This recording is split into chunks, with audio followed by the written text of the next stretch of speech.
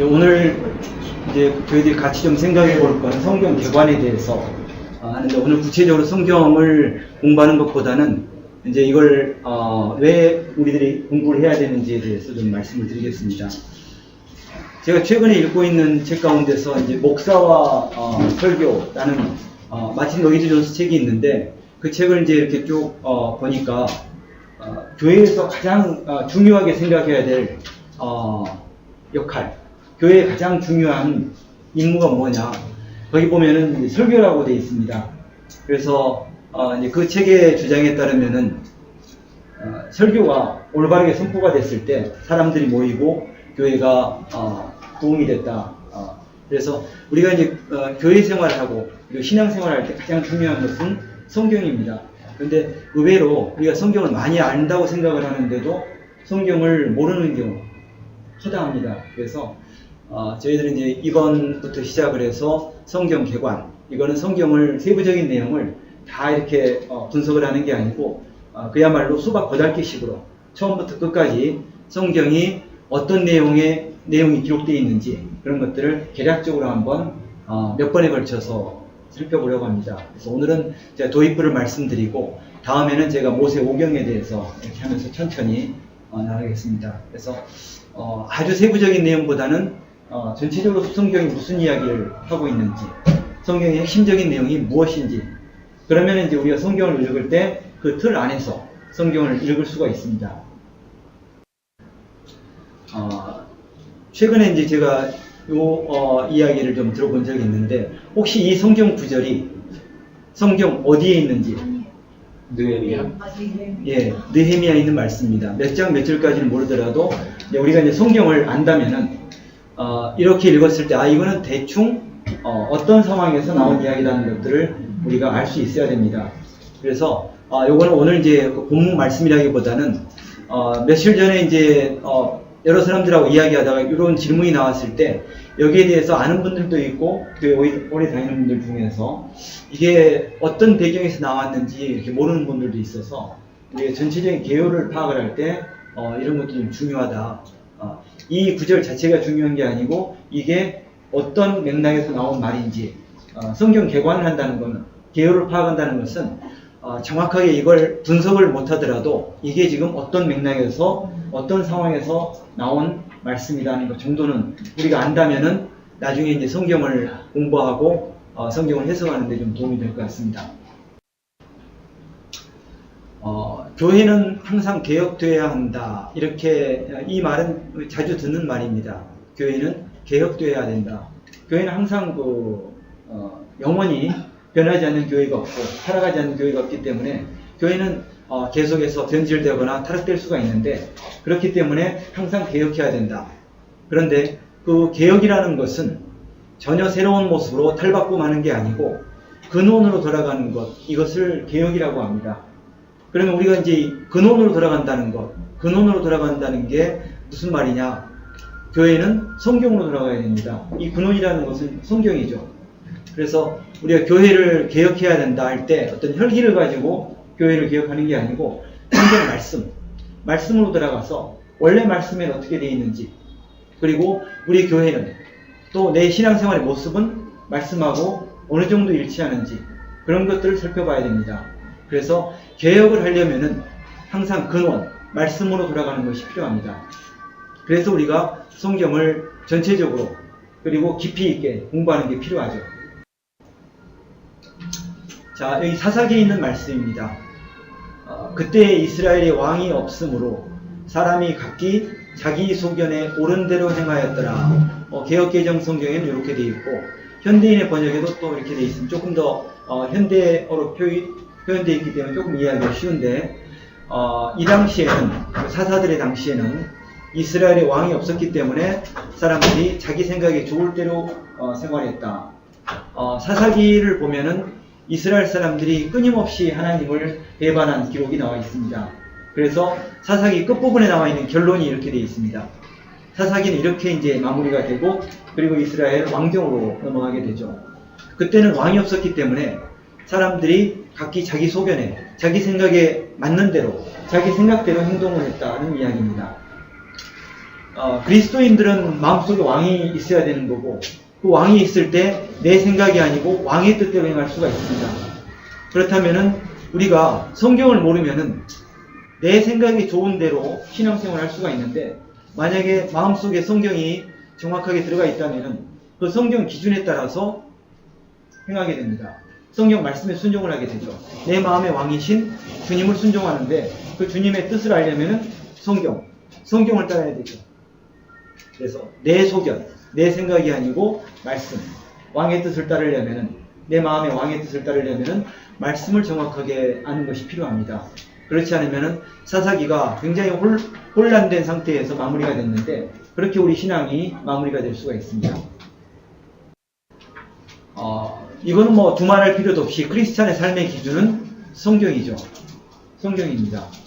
이거는 다 그렇게 생각을 하는 진리라고 볼 수가 있죠. 우리 신앙생활의 기준은 성경이죠. 그래서 이제 종교개혁에 대해서 구체적인 내용은 모르시겠지만은, 우리가 종교개혁 하면은 대충 어떤 상황이라는 것을 알 수 있는 게 있죠. 대략적으로 알 수 있는 것들이 있죠. 그 당시에 이제 굉장히 어지러운 상황에서 종교개혁자들이 주장하는 여러 가지 주장들 가운데서 대표적인 거, 우리가 이제 자주 들었던 말이 오직 성경으로. 그러면은 종교개혁 이전에는 성경이 없었느냐? 종교개혁 이전에도 성경이 있었죠. 성경이 있었고, 많은 사제들이 성경 말씀을 이렇게 강론을 해줬습니다. 그런데 종교개혁자들은 오직 성경이라는 주장을 가지고 개혁을 했죠. 그러면 왜 이렇게 개혁을 했는지 그 상황을 좀 살펴보겠습니다. 중세 가톨릭에서 했던 이야기들, 주장들이 이렇게 좀 몇 가지를 좀 뽑아왔는데요. 교황은 단순하고 무식한 사람들이 성경을 만지거나 그 교리들을 설교하려고 할 때 처벌해야 한다, 이렇게 이야기를 했습니다. 이 가톨릭 공회에서는 종교개혁 전이죠.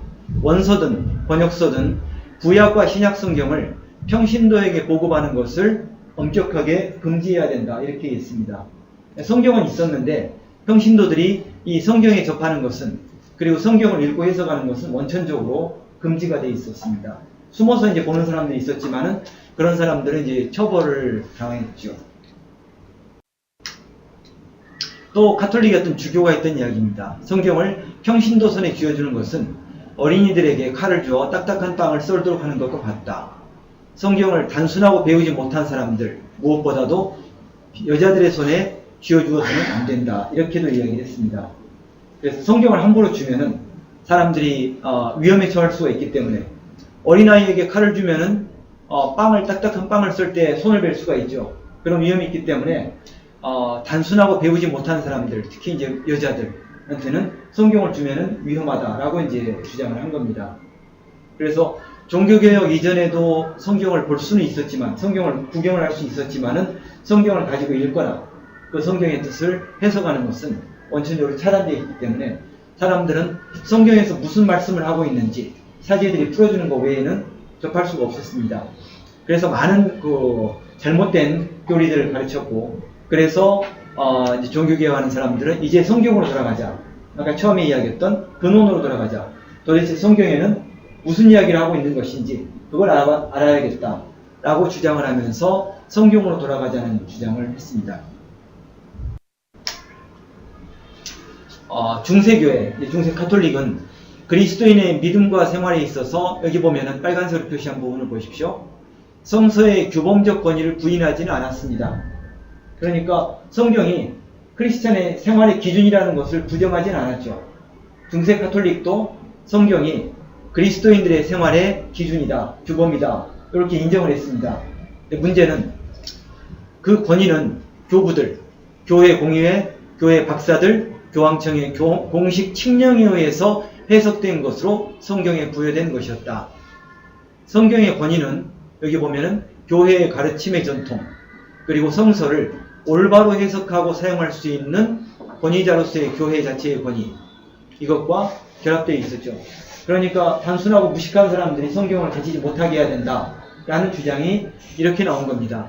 성경을 누가 올바로 해석할 수 있냐면은 그 당시 중세교회 입장으로는 교회, 권위자로서의 교회가 성경을 올바르게 해석할 수가 있는 거지.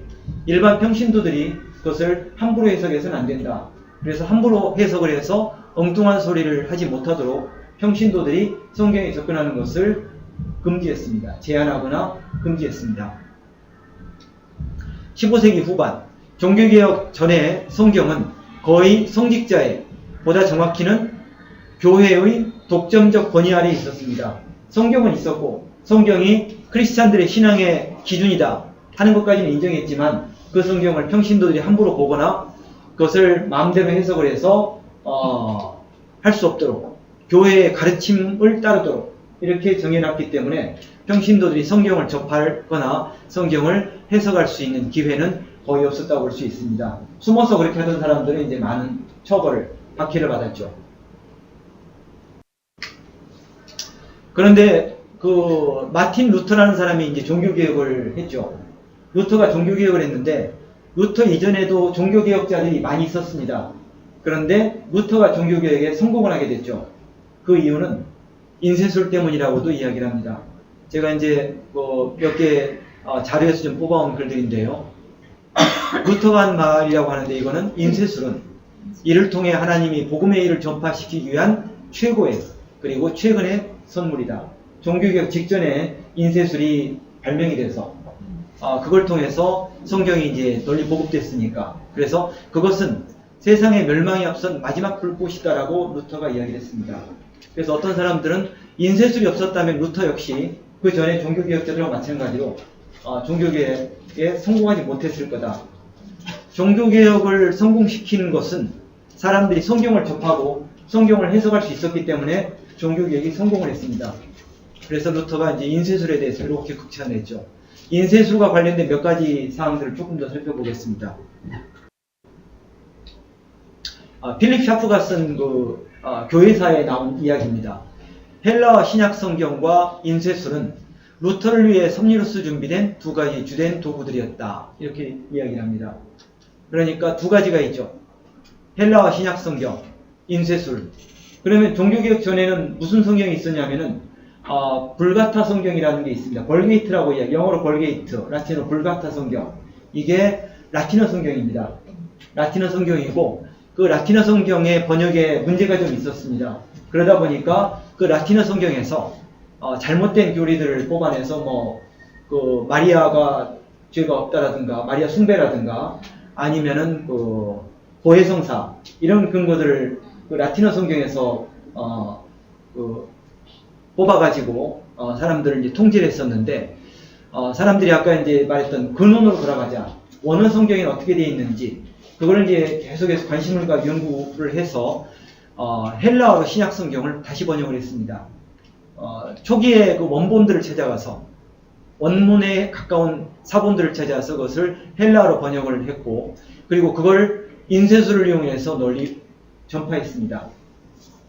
그래서 이 헬라어 신약 성경과 인쇄술은 루터를 위해서 하나님의 섭리로 준비된 두 가지 주된 도구들이었다라고 이제 이 사람이 평가를 하는 거죠. 이 두 가지가 있었기 때문에 루터가 종교개혁에 성공을 했고 그리고 그 후에 이제 계속 따라 나온 사람들, 찌빙글리라든가 칼빈 같은 사람들이 계속해서 힘있게 종교개혁을 밀어붙일 수가 있었습니다. 여기 보면은 이제 재밌는 표현이 있는데 인쇄술의 발명은 역사의 모든 시대를 둘로 나누되 모든 시대를 하나로 아우르는 것이었다. 이 말은 인쇄술이 발명돼서 역사의 시대를 둘로 나눴다고 그랬죠. 중세 암흑 시대와 이제 종교개혁 시대 두 개로 쪼갰습니다. 그러면서 동시에 모든 시대를 말씀으로 하나로 묶을 수 있었던 굉장히 중요한 발명입니다. 이게 세속적으로도 중요하지만은 특히 종교개혁과 관련해서 하필이면 그때 인쇄술이 발명이 됐다는 것은 정말 이것은 하나님의 섭리다.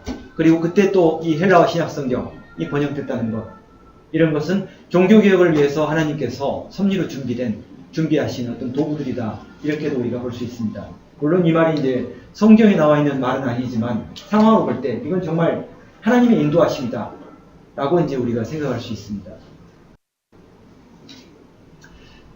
일반적으로 종교개혁 전에는 성경 한 권을 이렇게 필사하는데 비용이 많이 들었고 시간이 많이 들었기 때문에 일반인들이 성경을 가질 수가 없었습니다. 그런데 종교개혁 직후인 1522년 인쇄술 덕분에 이제 성경은 그 당시 목수라든가 노동자들의 약 일주일 품삯, 요즘 값보다는 조금 더 비싸죠. 그럼에도 불구하고 어쨌건 이 정도의 가격으로 판매할 수가 있었기 때문에 많은 사람들이 성경을 소유할 수 있었습니다. 인쇄술의 발명은 이제 평신도들 역시 인쇄된, 특히 헬라어 성경뿐만 아니라 그 당시 이제 독일에 있던 사람들은 독일어, 자기 나라 말로 된 성경, 이것을 구입할 수가 있었고, 그래서 읽을 수가 있게 됐습니다. 그래서 굉장히 중요한 의미를 가지고 있고, 이게 종교개혁이 성공하게 된 굉장히 중요한 동력입니다. 아까 이제 잠깐 봤지만은 교회가 해석을 해주는 것을 평신도들은 받아들일 수밖에 없었죠. 그런데 이제부터는 평신도들은 단순히 지도를 받거나 방향성을 제시받는 그런 피동성에서 이제는 능동적으로 바뀌어갔죠. 성경을 직접 보고 해석할 수 있었으니까. 그들은 이제 스스로 성경을 읽을 수 있었습니다. 과거에는 사제들이 성경을 읽고 해석을 해주면, 교회에서 성경을 강론을 해주면은 그걸 믿고 돌아갔습니다. 그런데 이제는 스스로 성경을 읽을 수 있었죠. 그리고는 성경을 교회의 가르침과 실천에 적용할 수 있게 됐습니다. 그러면서 했던 것이 결국 평신도들은 당대교회, 중세 가톨릭을 원래 신약 성경의 교회, 초대교회, 이것과 비교할 수 있게 됐죠. 초대교회와 지금 가톨릭은 뭐가 다른가? 어떤 점이 같은가? 다른가? 이런 것들을 비교할 수 있게 됐고, 그래서 이게 종교개혁의 원동력이 됐습니다. 1520년대 초, 종교개혁 초에 다시 발견됐죠. 이게 성경이 땅속에 묻혀있다 발견된 게 아니고 교회, 사제들의 손에 있다가 평신도들의 손에 넘어왔고, 평신도들이 이제 성경의 뜻을 다시 한번 정확한 뜻을 발견할 수 있게 됐다는 이야기입니다. 이게 혁명의 원동력이 됐고, 평신도들의 성경에 대한 능동적인 태도는 인쇄술 덕분이다, 이렇게 이야기를 하고 있죠. 인쇄술은 성경을 모든 사람에게 들어가게 했고, 표준적이고 통일된 모국어, 자기 나라 말로 된, 과거에는 라틴어로 신부들이 이렇게 사제들이 미사를 하면은 평신도들 무슨 뜻인지 모르지만은 그냥 이렇게 듣고 집으로 돌아갔습니다. 그런데 이제는 자국어로 된 성경을 알게 됐고, 그래서 말씀에 대한 이해와 해석, 그리고 말씀에 따른 삶에 대한 열망, 말씀대로 살고 싶다, 말씀을 내가 정확하게 보고 내 말씀대로 살고 싶다는 그런 열망들을 만들어냈습니다. 그래서 인쇄술이 어떻게 보면은 종교개혁을 성공시켰고, 이 인쇄술은 하나님께서 종교개혁을 위해서 준비하신, 섭리로서 준비하신 도구다, 이렇게도 이야기할 수 있습니다. 자, 지금은 이제 인쇄술이 필요가 없죠. 이미 우리는 일주일간의 품삯이 아니고 쉽게 서점에 가서 성경을 얼마든지 구할 수가 있습니다. 그런데 2017년이 종교개혁 500주년이라고 해서 한국교회에서 많은 행사를 했습니다. 다시 한번 종교개혁을 해야 된다. 지금 한국교회 상황이 굉장히 종교개혁 당시 상황과 유사하다. 종교개혁을 해야 된다라고 했는데, 왜 그렇게 됐냐면은 종교개혁을 하게 된 게 종교개혁 전에는 사람들이 성경을 몰랐죠. 성경이 없었으니까. 그리고 성경을 해석할 수 없었으니까. 지금은 그러면은 한국교회는 왜 다시 종교개혁을 해야 되느냐? 성경이 없어서가 아니고, 성경을 해석할 수 없어서가 아니고, 성경이 있는데, 여기 보면은 가장 귀한, 그러나 먼지 덮인 책이죠. 인쇄술이 없어서 성경을 구하지 못하는 게 아니고, 지금은 인쇄술이 아니고 인터넷으로 온라인 성경도 얼마든지 쉽게 구할 수가 있습니다. 성경을 보면은 파형을 시킨다거나, 성경을 내가 해석한다고 해서 박해를 받는다거나 이런 일이 없죠. 지금은 성경이 널려 있는데도 성경을 보지 않습니다. 종교개혁 당시에는 목숨 걸고 성경을 구해서 성경을 읽는 사람이 있었는데, 지금은 너무나 풍요로운 환경 속에서 성경을 보지는 않습니다. 집에 성경이 한 권이 아니고 몇 권씩 가지고 있죠. 저도 집에 성경이 여러 권 있습니다. 안 보는 성경도 있고 보는 성경도 있고, 그리고 요즘은 이제 번역본이 다양하기 때문에 쉬운 번역도 있고, 개역개정, 개역 한글, 표준 세번역, 다양한 성경들을 볼 수 있고, 필요하다면은 인터넷으로도 스마트폰으로도 얼마든지 성경을 볼 수가 있습니다. 이게 무슨 뜻인지 내가 확인하려고 하면은 다양한 번역본으로 굳이 원문 볼 필요도 없이 확인할 수가 있고, 원문을 보고 싶으면 거기에 해석까지 다 나와 있죠. 원어를 공부할 필요도 없이도 원문의 뜻을 정확하게 알 수 있는 시대입니다. 그런데 사람들은 지금은 이제 보질 않습니다. 먼지가 덮여 있죠. 기독교인 43% 성경 통독 경험이 없다. 저는 뭐 어렸을 때부터 신앙생활을 했다고 볼 수 있는 거의 모태신앙 수준이지만, 제가 성경을 통독한 것은 한참 지난 대학생 때 와서 성경을 그때 처음부터 끝까지 읽었습니다. 그런데 많은 크리스찬들이, 교회 다니는 많은 사람들이 성경을 처음부터 끝까지 읽은 경험이 없어요. 제 어렸을 때 경험을 살려보면은, 어렸을 때 성경을 한번 읽겠다고 생각을 하고 창세기부터 읽었는데, 창세기부터 읽기 시작해서 레위기까지 넘어간 적이 거의 없어요. 그리고 신약 성경을 다시 읽으면은 지루하지만 어쨌든 마태복음을 넘어가는데, 역시 사복음서를 넘어가는 것이 굉장히 힘들었죠. 그러니까 성경을 보면은 앞부분, 구약이 됐건 신약이 됐건 앞부분은 너덜너덜하고 색연필로 많은 그 색이 칠해져 있는데 뒷부분은 깨끗해요. 그래서 이 성경을 통독한 경험이 없습니다.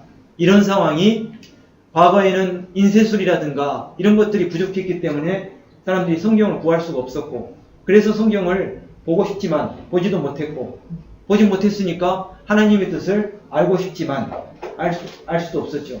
지금은 마음만 먹으면 얼마든지 성경을 읽을 수 있고, 성경 가운데에서 어려운 구절이 있으면은 혼자 있을 때도 언제든지 그 뜻을 해석할 수가 있습니다.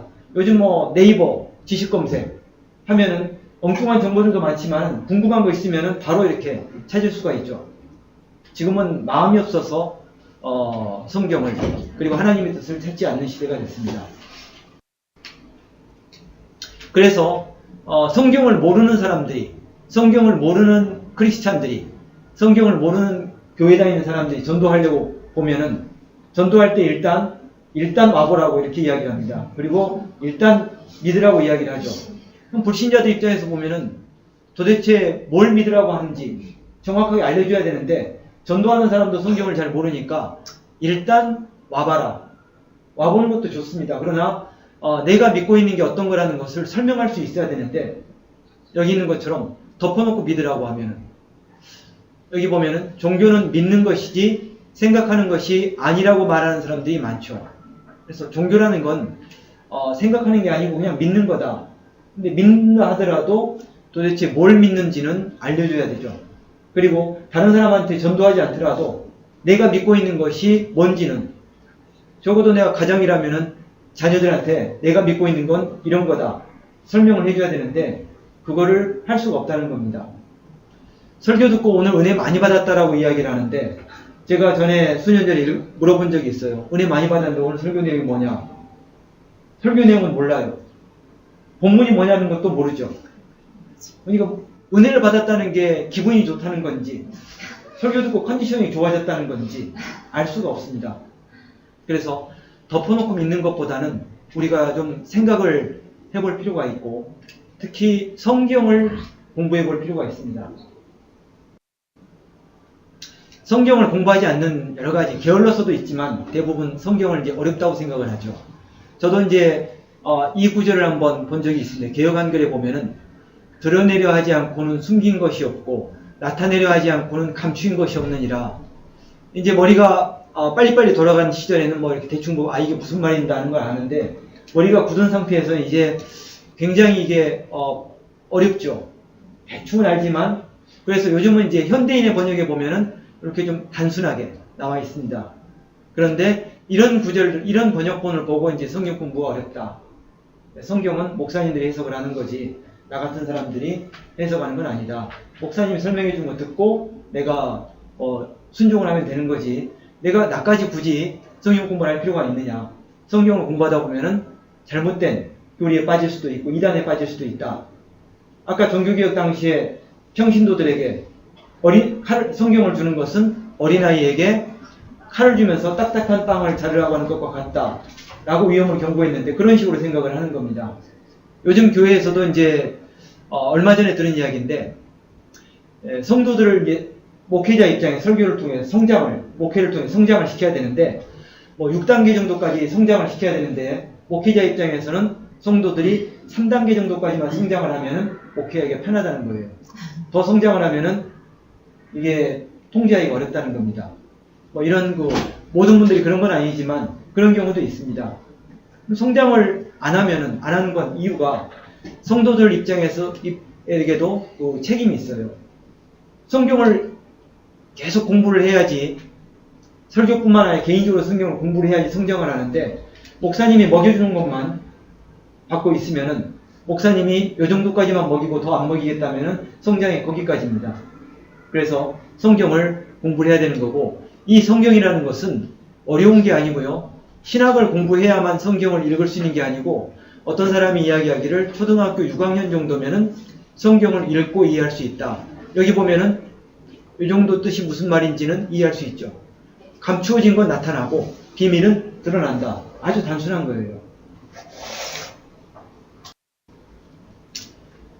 여기 보면은 이제 요한복음에 있는 말씀인데, 예수님이 사마리아 여자와 대화를 하고 그 사마리아 여자를 전도했을 때, 그 사마리아 여자가 마을에 가가지고 와봐라, 이 사람이 선지자가 아니냐 이렇게 전도를 했을 때 사마리아 그 마을 사람들이 와가지고 예수님을 만난 후에 했던 이야기입니다. 예수의 말씀을 인하여 믿는 자가 더욱 많아 그 여자에게 말하되, 이제 우리가 믿는 것은 네 말을 인함이 아니니 이는 우리가 친히 듣고 그가 참으로 세상의 구주신 줄 알미니라 하였더라. 조금 쉬운 현대인의 번역은 이렇게 됐죠.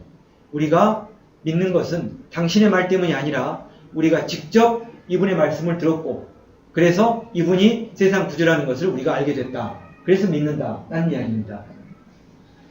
우리가 믿는다고 할 때 사람들의 말을 듣고 믿는 것보다는 내가 이제 직접 그분의 말씀을 듣고, 그분의 말씀을 듣는다는 것은 특별한 계시를 받는다는 게 아니고 성경 말씀을 통해서 그분의 말씀을 확인할 수가 있죠.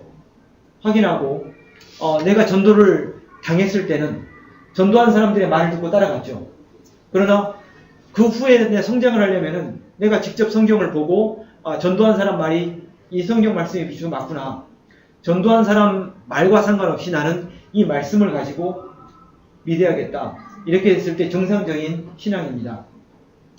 제가 오래전에 중고등부 교사를 할 때 했던 이야기가, 내가 학생들에게 이제 중고등부 설교할 때 설교를 하지만은 그 설교를 잘했느냐 못했냐는 걸 판단할 수 있는 건 뭐냐면은, 훗날 내가 신앙에서 실족을 했을 때 내가 설교를 했던 그 학생들이 나를 붙잡아 줄 수 있다면은 제가 제대로 설교를 한 거다. 이렇게 돼 있죠. 사람은 언제든지 실족할 수가 있기 때문에 이 설교를 통해서 또는 말씀을 통해서 각자가 올바르게 쓰고, 자기를 전도했던 사람이나 자기를 가르쳤던 사람이라 하더라도 말씀에서 벗어나면은 그 사람을 다시 붙들어 줄 수 있는 정도로 성장을 해야 됩니다. 우리가 직접 말씀을 듣고 그리고 신앙에서 서야 됩니다. 나를 전도한 사람, 나에게 설교했던 사람도 말씀에서 어긋나면은 내가 사랑으로 권면하고 잡아줄 수 있어야 된다는 이야기입니다. 성경 공부하는 거하고 교회 다니는 거는 정확하게 일치하지는 않습니다. 교회 다니면은 성경 공부한다라고 생각을 하는데, 교회 다니는 거하고 성경 공부하는 것은 똑같지는 않습니다.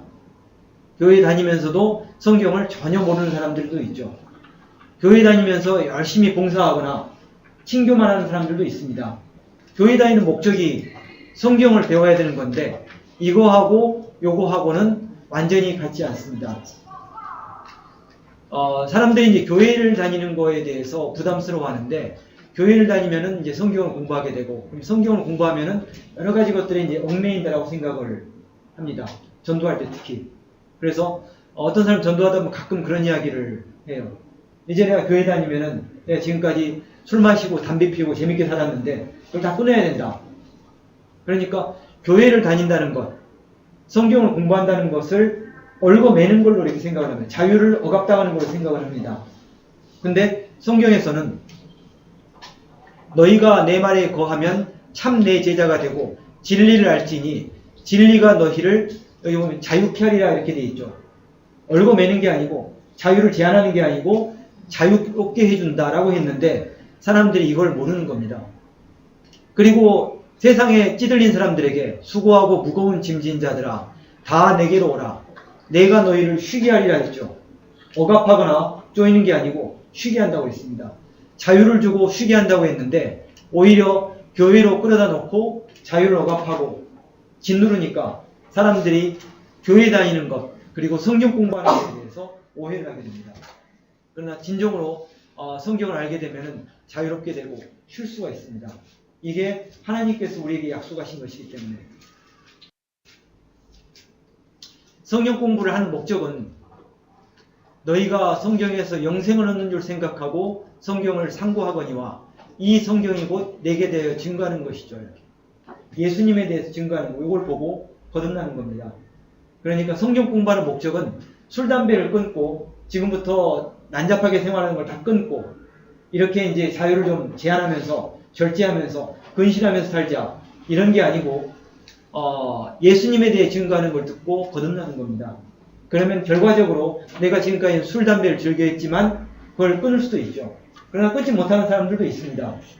그러나 그거는 겉으로 드러난 결과고 중요한 거는 속으로 내가 그 자유를 누리는 것, 진리를 통해 자유를 누리는 것, 예수님을 알고 진리를 통해 자유를 누리게 되면 내가 전에는 좋아했지만 지금은 그것보다 더 좋은 것을 찾아서 쉬고 훨씬 더 큰 자유를, 진정한 자유를 누릴 수 있게 됩니다. 사람이 거듭나지 않으면 하나님 나라를 볼 수 없다라고 되어 있죠. 거듭나야 됩니다. 성경 말씀에서 예수님을 증거하고 있는 성경 말씀을 읽고 그걸 뜻을 잘 파악을 해서 거듭나야 됩니다. 그게 성경 공부의 목적입니다. 이렇게 됐을 때 진정한 자유를 누리고 그리고 쉴 수가 있습니다. 안식할 수가 있습니다. 그래서 기독교의 핵심은 거듭남을 통한 진정한 자유죠. 억압이 아니고 자유죠. 근데 교회를 다니는 사람이 다 거듭난 건 아닙니다. 성경 공부를 하는 사람들이 다 거듭난 것도 아닙니다. 항상 이건 굉장히 중요한 거기 때문에 끊임없이 자기 자신을 점검을 해봐야 됩니다. 나 거듭났다라고 생각을 했는데 만에 하나 아닐 경우 있을 수가 있죠. 그래서 이건 항상 점검을 해볼 필요가 있습니다. 불신이 아니고 내가 정말 진정한 믿음을 가지고 있는지 그것을 확인해 보라는 이야기죠. 그래서 거듭난다는 것은 다시 태어난다는 이야기입니다. 중생한다. 다시 태어난다는 이야기죠. 사람들이 교회 다니면서 오해를 하는 것이 주여 주여 우리가 주의 이름으로 선지자 노릇하며 주의 이름으로 귀신을 쫓아내며 주의 이름으로 많은 권능을 행치 아니하였나이까. 심판날에 이제 교회 다니는 많은 사람들이 가서 이렇게 이야기한다는 거예요. 예수님 앞에 가서. 예수님을 주여 주여 한다는 것은 불신자들이 아니고 교회를 다니는 사람들이죠. 교회를 다니는 사람들이 예수님께 가서 예수님의 이름으로 선지자 노릇했습니다. 목사도 하고 이런 거 했습니다. 예수님의 이름으로 귀신도 쫓아냈고 예수님의 이름으로 병도 고치고 여러 가지 많은 일도 했습니다. 라고 할 때 예수님께서 내가 너희를 도무지 알지 못하니 불법을 행하는 자들아 내게서 떠나가라. 이렇게 예수님께서 판정하신다고 했습니다. 이거는 성경을 제대로 모르기 때문에 마지막 날에 가서 이렇게 될 수 있다는 겁니다. 믿음에 대해서 사람들이 이제 오해를 하는 경우가 있습니다. 아까도 주의 이름으로 선지자를 하고 주의 이름으로 귀신도 쫓아내고 주의 이름으로 많은 권능을 행하는 것을 내가 믿음이 좋은 걸로 생각을 합니다. 그러나 그런 긍정적인 생각이라든가 적극적 사고방식하고 믿음은 전혀 다른 거죠. 믿음이라는 것은 여기 보면은 이제 얼음이 이렇게 얇게 얼어 있는데 이 사람이 강한 긍정적 사고방식을 가지고 이 호수 위를 걸었을 때 이 사람이 건널 수 있는가? 이거는 긍정적인 사고방식과는 상관없이 이 얼음의 두께에 따라서 이 사람이 건널 수 있느냐 없느냐는 게 결정되죠. 이 사람이 아무리 낙천적인 생각을 하고 긍정적인 생각을 하고 할 수 있다 하면 된다라고 하더라도 이 얼음이 너무 얇으면 건널 수가 없죠. 그러니까 믿음에 대해서도 이제 그렇게 생각합니다. 내 믿음은 하나님이 어떠한 분이신지에 대하여 내가 기대한 바 있지 않고 하나님 그 자체에 있습니다. 내가 생각했을 때 하나님은 이런 분이실 것이다 라고 생각하는 거 말고 성경 말씀에서 나타난 진짜 하나님 부분을 봐야 되죠. 그래서 믿음이란 말씀에 기대는 거죠. 여기 한문을 보면은 이제 한문은 이걸 이렇게 해석하는 것은 성경의 해석은 아니지만 한문을 보면은 우리가 믿음에 대해서 조금 쉽게 이해할 수 있다는 겁니다. 이 말씀 언변의 사람인 말씀에 사람이 기대는 것, 이걸 이제 한문으로 믿을 신자라고 이야기를 하죠. 믿음이라는 것은 내 생각이 중요한 게 아니고 믿음의 대상이 중요합니다. 아까 그 호수의 얼음의 두께가 중요하지 그 사람의 어떤 긍정적인 사고방식, 그 사람의 능력 이런 건 전혀 관계가 없죠. 그래서 믿음이라는 것은 대상이 중요하기 때문에 큰 믿음, 강한 믿음 이거보다도 올바른 믿음이냐 아니냐 이게 훨씬 중요해요. 약한 믿음이지만 올바른 믿음이라면은 그거는 나를 건지는 거고, 강한 믿음이지만 엉뚱한 대상을 가지고 있는 믿음이라면은 그런 믿음은 나를 구원하지 못합니다. 이 믿음을 가지려면은 여기 사도행전에 있는 말씀처럼 베레아 사람은 데살로니가에 있는 사람보다 더 신사적이어서 간절한 마음으로 말씀을 받고 이것이 그러한가 하여 날마다 오늘 성경을 상고한다고 했죠.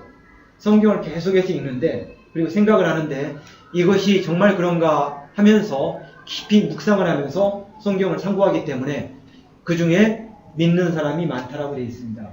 내가 정확한 믿음을 가지려면 날마다 성경을 이것이 그러한가 하는 마음으로 상고해야 됩니다. 그래서 우리가 성경을 공부해야 되는 겁니다. 신앙생활할 때 기준은 성경이고, 성경을 모르면 믿음이 있다고 하는데 그 믿음이 진짜 믿음인지 아니면 내가 착각하고 있는 건지 확인할 수가 없죠. 요건 이제 많이 보던 자료일 겁니다. 성경이 기록된 것은 BC, 기원전 1500년부터 시작해서 AD 한 100년 정도까지 요 기간에 걸쳐서 성경이 기록됐죠. 그리고 성경은 이제 40여 명의 기자가 기록을 했고 저자는 하나님이라고 이야기를 하고, 그래서 성경은 구약이 39권, 신약이 27권으로 되어 있다. 이건 뭐 이제 성경에 대해서 조금만 공부한 사람들은 웬만큼은 알고 있는. 그래서 다음에 이제 제가 다시 성경 개관할 때 다시 한번 말씀을 드리겠는데, 우리가 이 성경, 이런 정보들을 정확하게 아는 것보다 더 중요한 거는 이 성경 안에 어떤 내용이 기록되어 있는지. 성경이 1189장으로 구성되어 있다. 이거는 다른 사람에게 자랑할 수 있는 좋은 정보고 지식입니다. 이건 알 필요는 있죠. 그러나 더 중요한 거는 이 안에 어떤 내용이 기록되어 있고 그것이 나하고 어떤 관계가 있는지 확인하는 겁니다. 그래서 우리가 성경을 처음부터 꼼꼼하게 이렇게 분석을 하는 것도 중요하지만 전체적으로 성경을 한번 훑어보는 것, 수박 거달기식으로 훑어보는 것이 중요하다는 겁니다. 성경 기록된 연대를 보면 이렇게 되어 있습니다. 대충 이건 암기할 필요도 없고요. 보시면 연대가 이 성경이 얼마만큼 오래된 책이라는 걸 이제 짐작할 수 있는 건데, 여기 보면은 우리나라는 여기 보면은 이제 고조선 시대, 고구려, 삼국시대 요 정도 기간에 걸쳐서 신약과 구약이 기록됐습니다. 중국에는 보면은 뭐 한나라 시대죠. 이렇게. 그 다음에 여기 보면은 이제 유럽 쪽에도 역사가 이렇게 되어 있는데 그리스 로마 시대. 그러니까 굉장히 오래된 책입니다. 우리나라에 요 당시에 기록된 책이 남아있는 건 거의 없죠. 많이 없습니다. 성경이 있는데 요 당시에 기록된 책입니다. 역사적으로 보면은. 이 성경은 사람이 쓴 책이 아니고 하나님의 감동으로 된 거죠. 그래서 이 성경을 읽으면은 교훈, 책망하고 잘못된 게 있으면은 그 다음 바르게 하고 고쳐주고 그리고 의롭게 하고 하나님과 올바른 관계를 맺게 하고 이렇게 교육하는데 성경이 유익하기 때문에 성경을 통해서 우리가 신앙에서 성장할 수가 있습니다.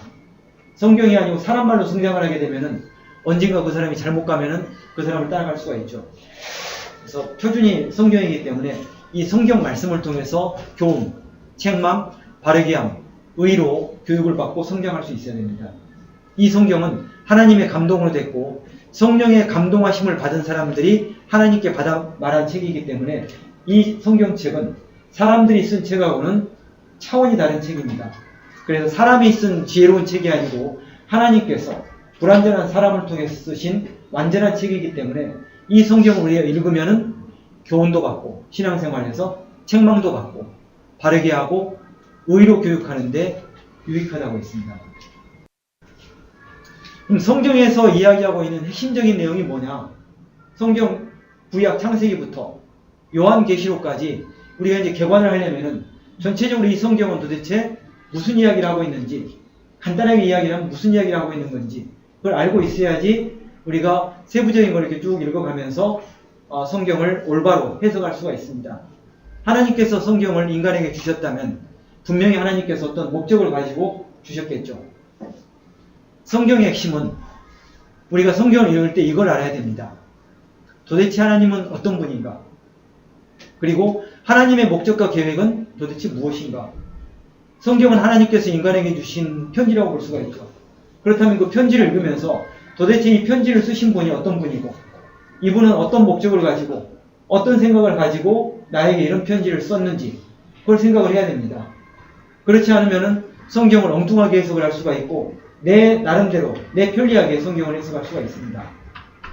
성경 창세기부터 요한계시록까지 처음부터 끝까지를 보면은 하나님과 동행하면서 살아야 하는 인간이 하나님을 떠났어요. 그런데 하나님께서는 한 민족을 선택해서 어떤 약속을 주시고 복을 선포하셨습니다. 그 이야기가 성경 처음부터 끝까지의 내용입니다. 성경의 핵심이라고 할 수 있는 이야기죠. 우리나라가 여기 있는데 이 성경의 땅이라고 하는 곳, 하나님께서는 하나님과 동행하면서 살아야 될 인간이 하나님을 떠났을 때 이제 구체적으로 어떤 시간과 장소 그리고 이 땅 가운데서 한 민족을 선택했습니다. 처음에는 한 사람을 선택을 했죠. 그리고 어떤 약속을 주시고 복을 약속하셨어요. 여기 보면 우리나라보다 이제 여기까지 한 8,000km 정도 떨어진 땅이고 이 땅에 사는 사람 가운데에서 아브라함이라는 사람, 교회 다니지 않은 분들도 아브라함이라는 이름은 많이 알 겁니다.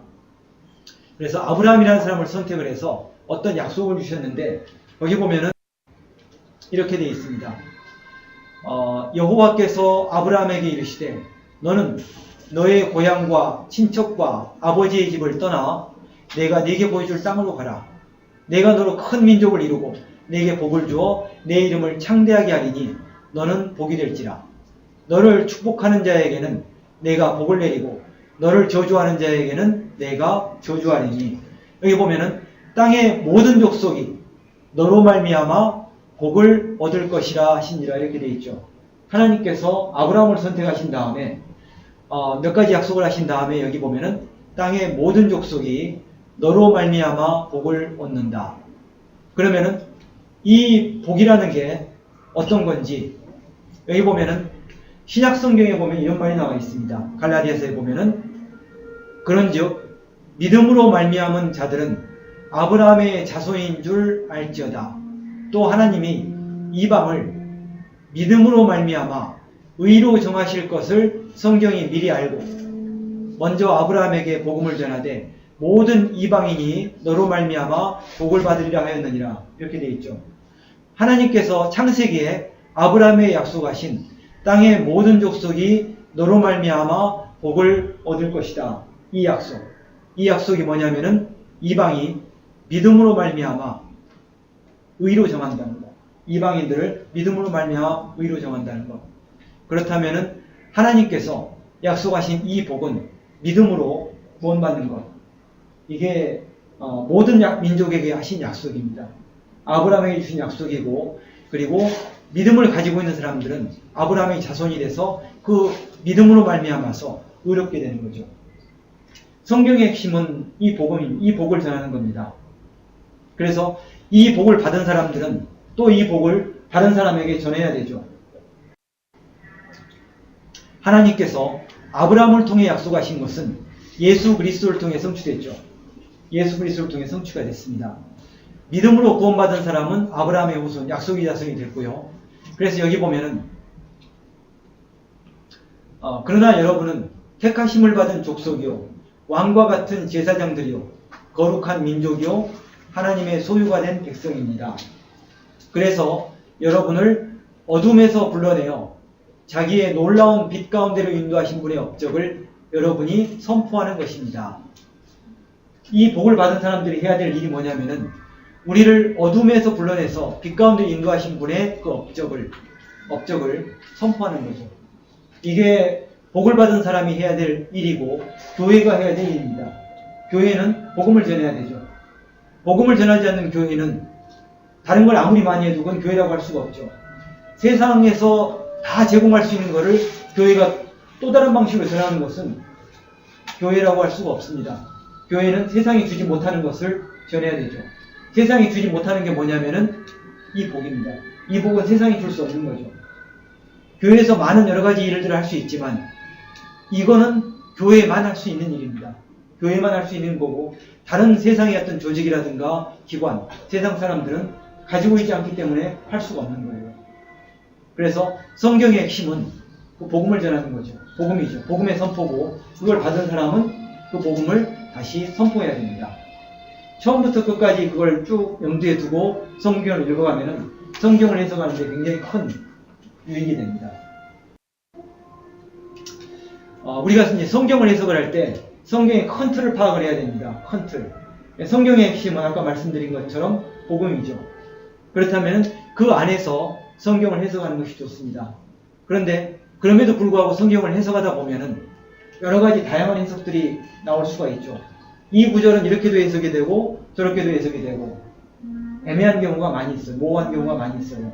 그런데 성경을 해석할 때는 이 원칙을 지키시면 좋을 것 같아요. 보편적인 것이 가장 안전합니다. 그리고 성경이 여러 가지 해석으로 이렇게 다양하게 나눠질 때, 성경 구절이 그것이 나눠질 때는 내가 해결할 수 없으면 가능하면은 일단 건너뛰는 것이 안전해요. 그것을 새로운 방식으로 해석하다 보면은 엉뚱한 해석에 빠지게 되고 이단적인 교리에 빠질 수가 있습니다. 내가 성경을 읽다가 새로운 것을 깨달았다. 이렇게 이제 말씀하시는 분들도 있어요. 그러나 교회사를 공부해 보면은 해 아래 새로운 것이 없다는 성경 말씀이 딱 맞습니다. 최근에 나온 많은 이단들도 초대교회부터 존재했던 많은 이단들이 변형된 거예요. 그리고 지금 주장 가운데서 특이한 주장들도 교회사 역사를 쭉 살펴보면, 교회 역사를 살펴보면은 과거에 그런 비슷한 주장들이 다 있었습니다. 그렇기 때문에 해 아래 새로운 것은 없습니다. 그래서 내가 만약에 어떤 새로운 것을 정말 아담으로부터 시작을 해서 지금까지 그 누구도 깨닫지 못했던 것을 성경을 읽다가 나 혼자 깨달았다. 이런 확신이 들면은 반드시 검증을 해봐야 됩니다. 내가 깨달은 것을 먼저 교제 가운데 내놓고 나 이렇게 깨달았는데 이게 맞는 건지. 또 신앙서적을 이렇게 유익한 신앙서적을 읽어가면서 과연 내가 깨달은 것이 과거의 믿음의 선진들이 알고 있던 것과 어긋나는 게 없는지. 그리고 설교 말씀을 통해서 또 한번 검증을 하고. 그래서 우리가 검증할 수 있는 방법은 많이 있죠. 그런데 이거 골방 가운데 성경을 읽다가 내가 굉장히 특이한 것을 깨달았기 때문에 이걸 만인에게 전해야겠다라는 열정을 뛰어나가서 전하다 보면은 이상한 것을 전할 수가 있기 때문에 반드시 보편적인 것을 추구하되 그럼에도 불구하고 새로운 게 나오면은 교재, 신앙서적, 설교 그 외 여러 가지 방법을 통해서 검증. 요즘은 검증할 수 있는 방법들이 많이 있습니다. 종교개혁 전에는 사람들이 접촉할 수 있는 대상이 그렇게 제한되어 있기 때문에 내가 뭔가를 새롭게 깨닫거나 궁금한 점이 있어도 물어볼 데가 없었죠. 요즘은 뭐 책도 많고 인터넷을 통해서 물어볼 수도 있고 주변에 전화를 해서 물어볼 수도 있고 검증할 수 있는 수단이 많기 때문에 내가 혹시 새로운 걸 깨달았거든 검증을 하는 것이 안전합니다. 이거는 우리가 이 세상을 편하게 살아가자는 게 아니고 사람의 영원한 운명과 관련된 부분이기 때문에 안전한 길을 선택을 하고 반드시 특이한 것은 검증을 할 필요가 있습니다. 그리고 성경은 이제 우리가 성경을 개관을 한번 할 생각입니다. 아까 처음에 말씀드린 것처럼 수박 거달기식으로 얕게 그리고 넓게 쭉 훑어갈 건데 그렇게 하는 이유는 성경뿐만 아니라 일반적으로 다른 책을 읽을 때도 공부할 때도 전체적인 윤곽을 먼저 파악을 한 다음에 세부적으로 들어가는 것이 그 학습 효과를 높이는 아주 좋은 방법입니다. 그래서 성경을 먼저 전체적으로 이 성경이 어떻게 구성되어 있고 어떤 부분에서 어떤 내용을 이야기를 하고 있다는 것을 구체적인 건 모르지만은 대략적으로 파악을 하고 나면은 성경을 세부적으로 분석을 할 때 훨씬 도움이 되죠. 그래서 전체적인 윤곽을 먼저 파악을 하고 그 다음에 부분적으로 읽어가는 것이 좋습니다. 그리고 성경을 읽다가 하나의 단어에 집착하는 사람들이 있습니다. 특히 뭐 원어 성경을 가지고. 그런데 원어 성경을 가지고 성경을 해석하는 것도 좋습니다. 그런데 원어 성경을 가지고 해석할 때도 요즘은 원어 성경에 대해서 친절하게 해석하라는 많은 자료들이 오프라인에도 있고 인터넷에도 많이 있죠. 그렇기 때문에 굳이 원어 전문가가 아니라 하더라도 어떤 원어가 이렇게 돼 있다 하면은 인터넷 금방 검색해 볼 수가 있습니다. 그러나 그거보다는 먼저 하나의 단어에 집착하기보다는 맥락을 보면서 전체적 개략적인 개의를 한번 파악하는 것이 훨씬 더 중요해요. 그러니까 성경을 어떤 한 구절을 깊이 묵상하는 것도 필요하지만 성경을 만약에 통독해 본 경험이 없다면은 성경을 처음부터 끝까지 수박 거달기식으로 쭉 한번 훑어보는 것, 이게 필요합니다. 반복적으로 훑어가면서 어려운 부분이 있으면 건너뛰는 거죠. 성경을 해석할 때는 어떤 단어에 집착하는 것보다는 어떤 단어의 뜻이 좀 애매하면은 그 단어를 포함하고 있는 그 문장을 한번 보시면 됩니다. 그리고 그 문장이 조금 애매하면은 그 문장이 포함되어 있는 문단 있죠. 성경에 이제 붉은 동그라미로 표시가 되어 있는 부분 한번 읽어보고, 그래도 그게 애매하면은 그 문단이 포함된 성경의 한 장을 읽어보시면 됩니다. 그리고 그걸 좀 더 정확하게 보려면은 이 장이 그 책, 창세기, 출애굽기, 레위기, 이 책 안에서 어떤 위치에 있는지를 분석을 하면은 훨씬 더 정확하게 이해할 수가 있죠. 그래서 맥락을 파악한다는 것은 단어 하나에 집착하는 것보다는 단어를 포함하고 있는 문장, 문장이 들어있는 문단, 문단이 포함된 어떤 장, 어떤 장이 포함되어 있는 책, 이렇게 계속 넓은 쪽으로 가면서 이게 어떤 위치에 놓여 있다는 것을 알면은 단어뿐만 아니라 문장을 해석하는데 굉장히 안전하고 유익합니다. 그래서 세부적인 것에 집착하는 것보다는 나중에 이제 뭐 신학을 공부한다거나 하면은 단어 하나하나에 집착하는 게 필요하죠. 연구를 해야 되니까. 그래서 뭐 신학하는 사람들은 단어 하나를 가지고 뭐 박사 논문도 쓰고 논문도 쓰죠. 그러나 우리가 신앙생활 할 때는 그것도 필요하지만 중요한 거는 전체적인 윤곽을 파악을 하고 맥락을 속에서 단어를 해석하는 것. 초등학교 6학년 정도의 수준에서 성경을 읽으면서 하나님의 뜻을 분별하는 것이 훨씬 중요합니다. 그걸 순종을 하면, 그렇게 해서 하나님의 뜻을 단순하게 이해하고 순종을 하면은, 그러면은 하나님께서 조금 더 지혜를 주셔가지고 한 단계 더 나간 것을 깨닫게 해주시죠.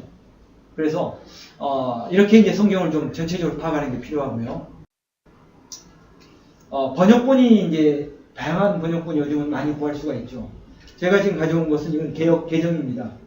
전에는 이제 개역 한글을 썼는데 요즘은 이제 개역 한글이 안 나오고 개역 개정이 나오죠.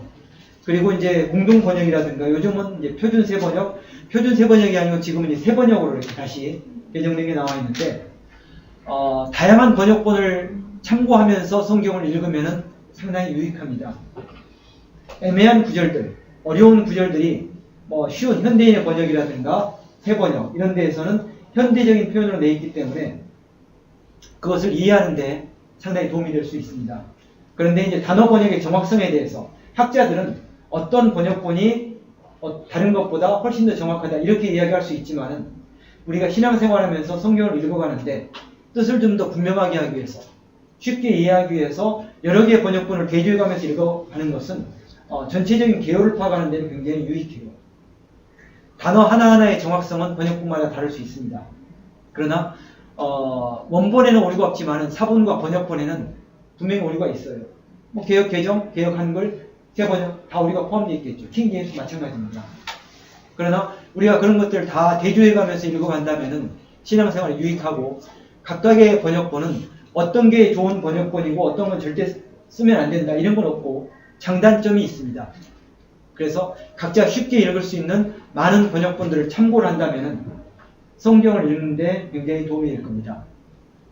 그리고 이제 예를 들어 대천 여기에서 교회에서 어떤 성경을 어떤 걸 선택할 것인가, 어떤 성경을 번역본을 사용할 것인가 하는 거 결정해 두는 것은 좋습니다.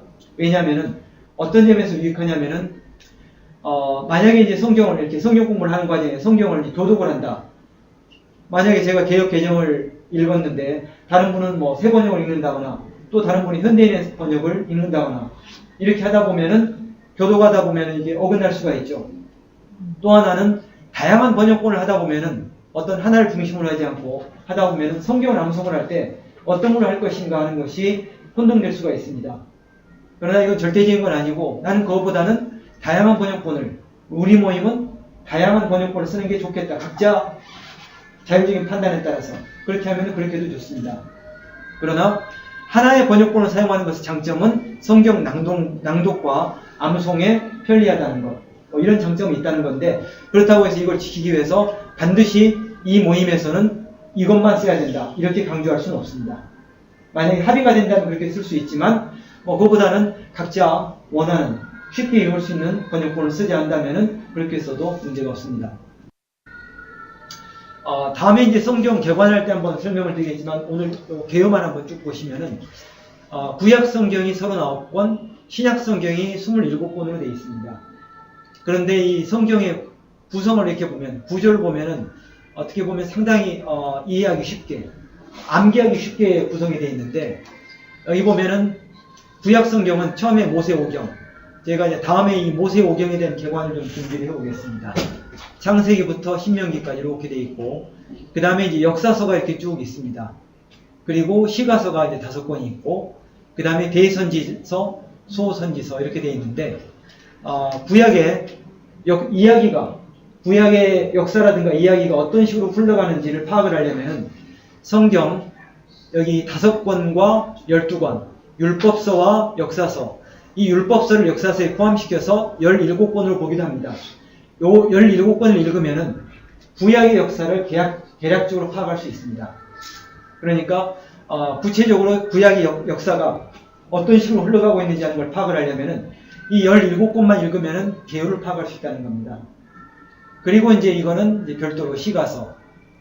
이건 신앙생활 어떤 체험에 관련된 거기 때문에 개별적으로 읽으면 되고요. 그 다음에 이제 선지서, 예언서라고 하는 건데 대선지서 5권과 소선지서 12권으로 되어 있는데 이 구분은 분량에 따라서 구분한 겁니다. 분량이 많은 것을 대선지서, 작은 것을 소선지서 이렇게 되어 있죠. 그래서 구약이 39권 이렇게 되어 있고요. 신약 성경을 보면은 역시 역사서가 5권. 여기서 보면은 복음서 4권이라고 되어 있는데 이렇게 묶어서 복음서와 역사서를 묶어서 그냥 역사서로 본다면은 역사서가 5권인데 이게 이제 예수 그리스도의 역사 복음서, 교회의 역사, 역사서, 사도행전 이렇게 되어 있습니다. 그래서 신약의 역사를 훑어보려면은 이렇게 5권을 보시면은 신약의 역사가 어떤 식으로 흘러가고 있는지를 걸 파악할 수 있습니다.